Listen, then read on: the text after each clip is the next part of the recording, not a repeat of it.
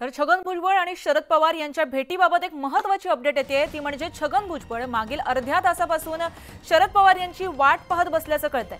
छगन भुजबळ वेळ न घेताच शरद पवार यांना भेटायला पोहोचले। आज केवळ मिलिंद नार्वेकर यांना वेळ देण्यात आला होता, त्यामुळे भुजबळ अद्याप शरद पवार यांची वाट पाहत बसल्याचं कळतंय।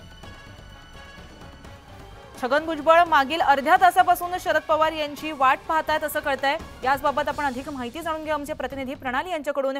प्रणाली, एकीकडे असं समजत होतं की भुजबळ आणि शरद पवार यांच्यामध्ये चर्चा सुरू आहे, पण आता कळतंय की त्यांची अजून भेटच झालेली नाहीये, काय सांगाल?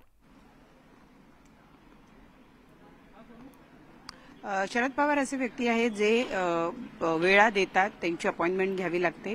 साध्या कार्यकर्त्याला जरी भेटायचं असेल तरी जर तुम्ही आधी वेळ घेऊन ठेवलेली असेल तर ते त्यांना भेटतात। जी माहिती मिळते त्यानुसार छगन भुजबळ यांनी अशी कुठलीही वेळ घेतलेली नव्हती, कारण सकाळपासून जेव्हा या बातम्या सुरू झाल्या तेव्हापासून आपण सातत्यानं चौकशी करत होतो की अशी काही वेळ छगन भुजबळ यांना देण्यात आलेली आहे का। तर त्याही वेळेला असं कळलं होतं की छगन भुजबळांना अशी कुठलीही वेळ देण्यात आलेली नाहीये, ते अचानक भेटीसाठी आलेले आहेत आणि त्यामुळे मिलिंद नार्वेकर जे नवीन आमदार आहेत त्यांनी वेळ घेतलेली होती, त्यामुळे त्यांची भेट झालेली आहे आणि ते भेट घेऊन निघून सुद्धा गेलेले आहेत। परंतु जी माहिती मिळते त्यानुसार छगन भुजबळ यांची अजूनही भेट झालेली नाही, ते अजूनही वाट बघत बसलेले आहेत असं कळतं आहे। आणि त्यामुळे आजच्या भेटीमध्ये खरंच नेमकं काय होतं हे बघणं खूप महत्त्वाचं ठरणार आहे।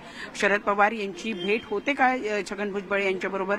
छगन भुजबळांच्या मनात जे काही आहे ते शरद पवारांसमोर बोलतात का? मग ती घर वापसी असो किंवा राज्याची जी काही आत्ताची सामाजिक राजकीय परिस्थिती आहे ती त्याबद्दल असो, नेमकं जे काही बोलायचं भुजबळांना, कारण ते स्वतःहून आलेले अशी माहिती कळते, त्यामुळे साहजिक आहे की छगन भुजबळांनाच काहीतरी बोलायचं असेल शरद पवार यांच्याशी, तर जे काही बोलायचं आहे ते बोलणं होतं का? शरद पवार वेळ देतात का, ते भेटतात का, हे सुद्धा बघणं महत्त्वाचं ठरणार आहे। कारण शरद पवार यांचे खूप जुने सहकारी आहेत छगन भुजबळ।